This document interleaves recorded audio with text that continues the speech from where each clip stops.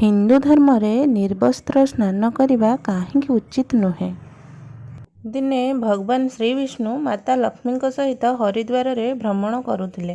ମାତା ଲକ୍ଷ୍ମୀ ଦେଖିଲେ ସବୁ ମଣିଷ ଗଙ୍ଗାରେ ଗାଧୋଇବା ବେଳେ ହର ହର ଗଙ୍ଗା କହି ଗାଧୋଉଥିଲେ। କିନ୍ତୁ ସବୁ ଲୋକ ଦୁଃଖୀ ଏବଂ ଚିନ୍ତିତ ଥିଲେ। ସେଇଠୁ ମା ଲକ୍ଷ୍ମୀ ଆଶ୍ଚର୍ଯ୍ୟ ହୋଇ ଭଗବାନ ବିଷ୍ଣୁଙ୍କୁ ପଚାରିଲେ, ସ୍ୱାମୀ, ଗଙ୍ଗାରେ ଏତେ ଥର ଗାଧୋଇବା ପରେ ବି ଏମାନଙ୍କର ଦୁଃଖ ଏବଂ ପାପ କାହିଁକି ନାଶ ହେଉନାହିଁ? କ'ଣ ଗଙ୍ଗାରେ ସତ୍ୟତା କିଛି ନାହିଁ? ବିଷ୍ଣୁ କହିଲେ, ଗଙ୍ଗାର ତ ସେହି ସାମର୍ଥ୍ୟ ଅଛି, କିନ୍ତୁ ଏହି ଲୋକମାନେ ପାପନାଶିନୀ ଗଙ୍ଗାରେ ସ୍ନାନ ହିଁ କରୁନାହାନ୍ତି। ତେବେ ତାଙ୍କୁ କେମିତି ମୁକ୍ତି ମିଳିବ? ମା ଲକ୍ଷ୍ମୀ ଆଶ୍ଚର୍ଯ୍ୟ ହୋଇ କହିଲେ, କେମିତି ସ୍ନାନ କରୁନାହାନ୍ତି? ସବୁ ଲୋକ ତ ଆମରି ସାମ୍ନାରେ ଗାଧୋଉଛନ୍ତି, ଯାଉଛନ୍ତି। ଏପର୍ଯ୍ୟନ୍ତ ତାଙ୍କର ଶରୀର ବି ଶୁଖି ନାହିଁ। ଭଗବାନ ବିଷ୍ଣୁ କହିଲେ, ଏହି ଲୋକମାନେ ତ କେବଳ ପାଣିରେ ବୁଡ଼ ପକାଇ ଆସୁଛନ୍ତି। ତୁମକୁ ମୁଁ କାଲି ଏହି ରହସ୍ୟ କହିବି। ପରଦିନ ଜୋରରେ ବର୍ଷା ହେଲା। ସବୁ ଗଳିରେ ପାଣି କାଦୁଅ ଭରିଗଲା। ଗୋଟିଏ ଓସାରିଆ ରାସ୍ତାରେ ଗୋଟିଏ ବଡ଼ ଖାଲ ହୋଇଗଲା। ସବୁଆଡ଼େ ଖାଲି କାଦୁଅ ହିଁ କାଦୁଅ ଥିଲା। ଭଗବାନ ବିଷ୍ଣୁ ଗୋଟିଏ ଲୀଳା ରଚିଲେ। ସିଏ ନିଜେ ଗୋଟିଏ ବୁଢ଼ାର ରୂପ ଧାରଣ କଲେ ଏବଂ ସେହି ଖାଲରେ ଯାଇ ପଡ଼ିଗଲେ। ମା ଲକ୍ଷ୍ମୀଙ୍କୁ ବୁଝାଇକି ନିଜ ପାଖରେ ବସାଇ ଦେଲେ ଏବଂ କହିଲେ, ଶୁଣ, ତୁମେ ଲୋକମାନଙ୍କୁ ଡାକି ଡାକି କୁହ ଯେ ମୋ ସ୍ୱାମୀ ଖାଲରେ ପଡ଼ିଯାଇଛନ୍ତି। କିଏ ପୁଣ୍ୟାତ୍ମା ଅଛ, ମୋ ସ୍ୱାମୀକୁ ବାହାର କରି ତାଙ୍କର ପ୍ରାଣ ବଞ୍ଚାଅ ଏବଂ ଆମ ଅସହାୟ ଦମ୍ପତିଙ୍କୁ ବଞ୍ଚାଇ ସାହାଯ୍ୟ କର। ଭଗବାନ ବିଷ୍ଣୁ ଏହି କଥା ବୁଝାଇ ଦେଲେ କି ଯେକୌଣସି ବ୍ୟକ୍ତି ଏହି ଖାଲରୁ ମୋତେ ବାହାର କରିବାକୁ ଯାଉଥିବା ସମୟରେ କେବଳ ଏତିକି କହିଦେବ, ମୋ ସ୍ୱାମୀ ନିଷ୍ପାପ ଅଟନ୍ତି। ତାଙ୍କୁ ସେହି ବ୍ୟକ୍ତି ହିଁ ଛୁଇଁବେ ଯିଏ ସ୍ୱୟଂ ନିଷ୍ପାପ ହୋଇଥିବେ। ଯଦି ଆପଣ ନିଷ୍ପାପ ଅଛନ୍ତି ତେବେ ତାଙ୍କୁ ହାତ ଲଗାନ୍ତୁ, ନହେଲେ ଆପଣ ହାତ ଲଗାଇବା ମାତ୍ରେ ସ୍ୱୟଂ ଭସ୍ମ ହୋଇଯିବେ। ସେଇଠୁ ମାତା ଲକ୍ଷ୍ମୀ ସେହି ଖାଲ ପାଖରେ ବସିଗଲେ।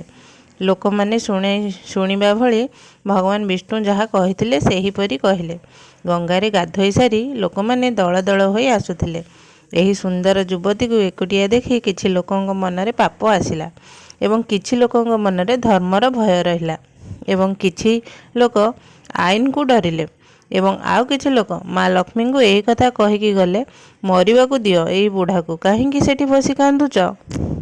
ଆଉ କିଛି ଦୟାଳୁ ଏବଂ ଚରିତ୍ରବାନ ପୁରୁଷ ଯୁବତୀର ସ୍ୱାମୀକୁ ବାହାରକୁ ଆଣିବା ପାଇଁ ଚାହିଁଲେ, କିନ୍ତୁ ଲକ୍ଷ୍ମୀଙ୍କର କଥା ଶୁଣି ସେମାନେ ରହିଗଲେ। ସେମାନେ ଭାବିଲେ, ଆମେ ଗଙ୍ଗାରେ ଗାଧୋଇ ଆସିଲେ କ'ଣ ହେବ? ଆମେ ତ ପାପୀ। ଯଦି ଆମେ ସହାୟତା କରୁଥିବା ସମୟରେ ଭସ୍ମ ହୋଇଯିବୁ? ତାଙ୍କ ପାଖକୁ ସହାୟତା କରିବାକୁ ବହୁତ ଲୋକ ଆସିଲେ, କିନ୍ତୁ କେହି ବି ସାହସ କରିପାରିଲେ ନାହିଁ। ସନ୍ଧ୍ୟା ହେଲା। ତାପରେ ଭଗବାନ ବିଷ୍ଣୁ ମା ଲକ୍ଷ୍ମୀଙ୍କୁ କହିଲେ, ଦେଖିଲ, କେହି ଆସିଲେ? ସତ୍ୟ ମନରେ ଗଙ୍ଗାରେ ଗାଧୋଇବା ବ୍ୟକ୍ତି। କିଛି ସମୟ ପରେ ଜଣେ ଯୁବକ ହାତରେ ଗୋଟିଏ ପିତ୍ତଳ ଢାଳ ଧରି ହର ହର ଗଙ୍ଗେ କହି ଆସିଲା। ମା ଲକ୍ଷ୍ମୀ ତାକୁ ବି ସେହି କଥା କହିଲେ। ସେହି ଯୁବକର ହୃଦୟ କରୁଣାରେ ଭରିଗଲା। ସିଏ ଭଗବାନ ବିଷ୍ଣୁଙ୍କୁ ବାହାରକୁ କାଢ଼ିବା ପାଇଁ ବାହାରିଲେ। ଲକ୍ଷ୍ମୀ ତାଙ୍କୁ ଅଟକାଇ କହିଲେ, ତୁମେ ଯଦି ନିଷ୍ପାପ ନୁହଁ ତାହେଲେ ମୋ ସ୍ୱାମୀଙ୍କୁ ଛୁଇଁଲେ ତମର ଭସ୍ମ ହୋଇଯିବ ନାହିଁ। ଯଦି ତୁମେ ନିଷ୍ପାପ ତାହେଲେ ଛୁଅଁ। ସେହି ବ୍ୟକ୍ତିଟି ବିଚଳିତ ନ ହୋଇ ମା ଲକ୍ଷ୍ମୀଙ୍କୁ କହିଲେ, ମାତା, ମୁଁ ନିଷ୍ପାପ ହେବାର ତମର ସନ୍ଦେହ କାହିଁକି ହେଉଛି? ଦେଖାଯାଉ ନାହିଁ ମୁଁ ଏବେ ଗଙ୍ଗାରୁ ସ୍ନାନ କରିକି ଆସିଛି। ଏବେ ତମ ସ୍ୱାମୀଙ୍କୁ ବାହାରକୁ ଆଣୁଛି। ଏତିକି କହି ଯୁବକଟି ବୁଢ଼ା ଲୋକଟିକୁ ଉପରକୁ ଉଠାଇ ଆଣିଲା। ଭଗବାନ ବିଷ୍ଣୁ ଏବଂ ମା ଲକ୍ଷ୍ମୀ ସେହି ନିଷ୍ପାପ ବ୍ୟକ୍ତିକୁ ନିଜର ପ୍ରକୃତ ରୂପରେ ପ୍ରକଟ ହୋଇ ତାକୁ ଆଶୀର୍ବାଦ କଲେ। ଭଗବାନ ବିଷ୍ଣୁ ମା ଲକ୍ଷ୍ମୀଙ୍କୁ କହିଲେ, ଏତେ ସାରା ଲୋକଙ୍କ ଭିତରେ କେବଳ ଏଇ ଜଣେ ଲୋକ ହିଁ ଗଙ୍ଗା ସ୍ନାନ କରିଛି। ଏହି ଦୃଷ୍ଟାନ୍ତରୁ ଜଣାପଡ଼ିଲା ଯେ ଯେଉଁ ଲୋକ ବିନା ଶ୍ରଦ୍ଧା, ବିନା ବିଶ୍ୱାସରେ କେବଳ ନିଜର ଦମ୍ଭ ପାଇଁ ଗଙ୍ଗା ସ୍ନାନ କରେ ତାକୁ କେବେ ବି ଫଳପ୍ରାପ୍ତି ହୁଏ ନାହିଁ।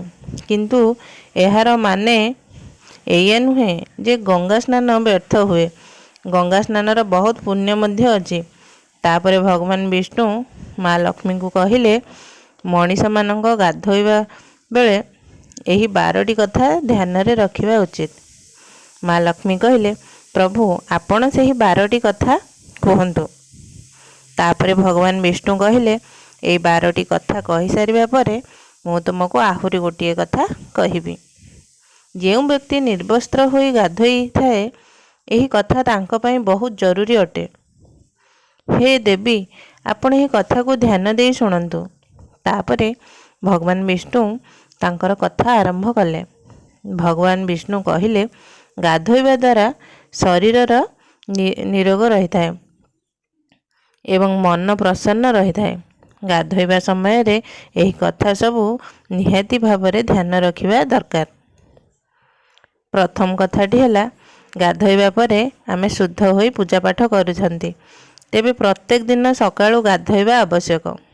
ଦ୍ୱିତୀୟ କଥାଟି ହେଲା, ଶାସ୍ତ୍ରରେ କୁହାଯାଇଛି ଗାଧୋଇବା ପରେ ଆମକୁ ଏହି 5ଟି ଗୁଣ ପ୍ରାପ୍ତି ହୋଇଥାଏ: ରୂପ, ତେଜ, ବଳ, ପବିତ୍ରତା, ଆୟୁ, ଆରୋଗ୍ୟ, ସୁବିଚାର ଆଉ ନିରୋଗ। ତୃତୀୟ କଥାଟି ହେଲା, ଧନ, ପୁଷ୍ଟି, ଆରୋଗ୍ୟ ଏବଂ ସ୍ୱାସ୍ଥ୍ୟ ଚାହିଁବା ବ୍ୟକ୍ତିଙ୍କୁ ସବୁଦିନ ଗାଧୋଇବା ଦରକାର। ଚତୁର୍ଥ କଥାଟି ହେଲା, ଶାସ୍ତ୍ରରେ କୁହାଯାଇଛି ସକାଳୁ ଗାଧୋଇବା ଦ୍ୱାରା ପାପର ନାଶ ହୋଇଥାଏ ଏବଂ ପୁଣ୍ୟ ମିଳିଥାଏ। ଏମିତି ବି କୁହାଯାଇଛି ସକାଳୁ ଗାଧୋଇବା ଦ୍ୱାରା ନକାରାତ୍ମକ ଶକ୍ତି ପାଖକୁ ଆସେ ନାହିଁ। ସେଥିପାଇଁ ସକାଳୁ ଗାଧୋଇବା ଉଚିତ। କୌଣସି ରୋଗରେ ଆକ୍ରାନ୍ତ ହୋଇଥିଲେ ମୁଣ୍ଡ ତଳକୁ ଗାଧୋଇବା ଦରକାର କିମ୍ବା ଓଦା କପଡ଼ାରେ ଶରୀରକୁ ପୋଛି ନେବା ଦରକାର। ଷଷ୍ଠ କଥାଟି ହେଲା, ସକାଳୁ ସୂର୍ଯ୍ୟ ଉଦୟ ପୂର୍ବରୁ ଗାଧୋଇବାକୁ ଶ୍ରେଷ୍ଠ ଗାଧୁଆ କୁହାଯାଇଥାଏ। ତେଲ ଲଗାଇ ନଦୀରେ ଅଧିକ ସମୟ ଗାଧୋଇବା ମନା। ସପ୍ତମ କଥା। ଅଷ୍ଟମ କଥାଟି ହେଲା, ନଦୀ କୂଳରେ ଘଷି ହୋଇ ନଦୀରେ ବୁଡ଼ ପକାଇ ଗାଧୋଇବା ଦରକାର। ଯେଉଁ ଘାଟରେ ଲୁଗା ସଫା କରାଯାଇଥାଏ ସେହି ଜଳକୁ ଅପବିତ୍ର ମନାଯାଇଥାଏ। ସେଥିପାଇଁ ସେହି ଘାଟରୁ କିଛି ଦୂରରେ ଗାଧୋଇବା ଉଚିତ।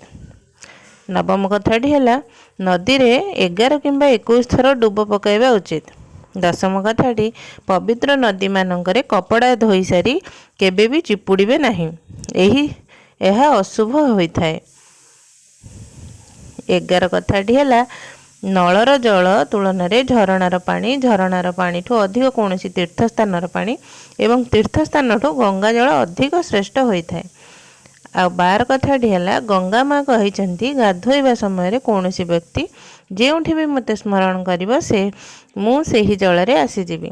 ତାପରେ ଭଗବାନ ବିଷ୍ଣୁ କହିଲେ, ଏବେ ମୁଁ ତମକୁ ସେହି ବ୍ୟକ୍ତିମାନଙ୍କ ବିଷୟରେ କହିବି ଯେଉଁମାନେ ନିର୍ବସ୍ତ୍ର ହୋଇ ଗାଧୋଇଥାନ୍ତି।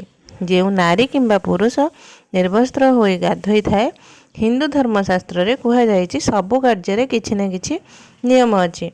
ତେଣୁ ସବୁ ବ୍ୟକ୍ତିଙ୍କୁ ଶାସ୍ତ୍ରର ନିୟମ ଅନୁସାରେ ଚଳିବା ଦରକାର।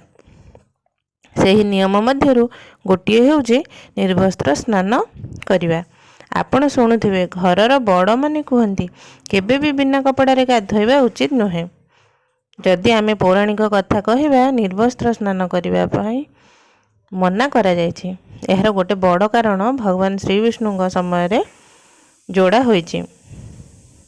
ପୌରାଣିକ କଥା ଅନୁସାରେ ଦିନେ ଗୋପୀମାନେ ସରୋବରରେ ସ୍ନାନ କରୁଥିଲେ ଏବଂ ବିନା ବସ୍ତ୍ରରେ ସ୍ନାନ କରୁଥିଲେ। ସେହି ସମୟରେ ବାଲକୃଷ୍ଣ ତାଙ୍କର ସବୁ ବସ୍ତ୍ର ଚୋରାଇ ନେଇଥିଲେ।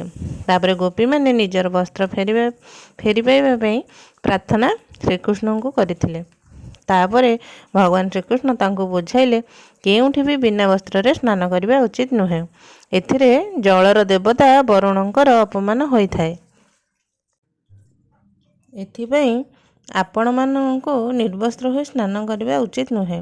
ଯଦି ଆପଣ ଗାଧୋଇବା ବେଳେ ଭାବନ୍ତି ଆପଣଙ୍କୁ ବନ୍ଦ ଘରେ କେହି ଦେଖୁନାହାନ୍ତି, ତେବେ ଏହା ଭୁଲ ଧାରଣା। କାରଣ ଈଶ୍ୱର ଆପଣଙ୍କୁ ସବୁ ଜାଗାରେ ଦେଖୁଛନ୍ତି। ବିନା ବସ୍ତ୍ରରେ ସ୍ନାନ କରିବା ଦ୍ୱାରା ବହୁତ ବଡ଼ ପାପ ହୋଇଥାଏ। ଗରୁଡ଼ ପୁରାଣ ଅନୁସାରେ ଯେବେ ଆପଣ ସ୍ନାନ କରନ୍ତି ତେବେ ଆପଣଙ୍କ ପିତୃପୁରୁଷ ଆପଣଙ୍କ ପାଖେ ରୁହନ୍ତି। ଯଦି ଆପଣ ବିନା ବସ୍ତ୍ରରେ ସ୍ନାନ କରନ୍ତି ତେବେ ଆପଣଙ୍କୁ ପିତୃଦୋଷ ଲାଗିପାରେ। ଏମିତି ସ୍ନାନ କରିବା ଦ୍ୱାରା ଆପଣଙ୍କର ପିତୃପୁରୁଷଙ୍କୁ ମୁକ୍ତି ମିଳେ ନାହିଁ। କାରଣ ଏହି ବସ୍ତ୍ରରୁ ଝରୁଥିବା ପାଣିକୁ ଗ୍ରହଣ କରି ପିତୃପୁରୁଷ ତୃପ୍ତ ହୋଇଥାନ୍ତି। ତେଣୁ ଶାସ୍ତ୍ରରେ କୁହାଯାଇଛି କେବେ ବି ନିର୍ବସ୍ତ୍ର ହୋଇ ସ୍ନାନ କରନ୍ତୁ ନାହିଁ। ଆଜିର କାହାଣୀଟିକୁ ମୁଁ ଏଇଠାରେ ଶେଷ କରୁଛି। ଯଦି ଆପଣମାନଙ୍କୁ ଭିଡ଼ିଓଟି ଭଲ ଲାଗିଛି ତେବେ ଭିଡ଼ିଓଟିକୁ ଲାଇକ୍ କରନ୍ତୁ ଏବଂ ଚ୍ୟାନେଲରେ ନୂଆ ହୋଇଥିଲେ ଚ୍ୟାନେଲଟିକୁ ସବସ୍କ୍ରାଇବ୍ କରିଦିଅନ୍ତୁ ଏବଂ ଏହାକୁ ଆପଣମାନଙ୍କର ସାଙ୍ଗମାନଙ୍କ ସହିତ ସେୟାର କରନ୍ତୁ। ପୁଣି ଥରେ ଆସିବେ ଆଉ ଏକ ସୁନ୍ଦର କଥା ନେଇ। କମେଣ୍ଟ ବକ୍ସରେ ଜୟ ଶ୍ରୀ ଜଗନ୍ନାଥ ନିଶ୍ଚୟ ଲେଖନ୍ତୁ। ଭିଡ଼ିଓଟିକୁ ଶେଷ ପର୍ଯ୍ୟନ୍ତ ଦେଖିଥିବାରୁ ଆପଣମାନଙ୍କୁ ହୃଦୟରୁ ବହୁତ ବହୁତ ଧନ୍ୟବାଦ। ଜୟ ଜଗନ୍ନାଥ।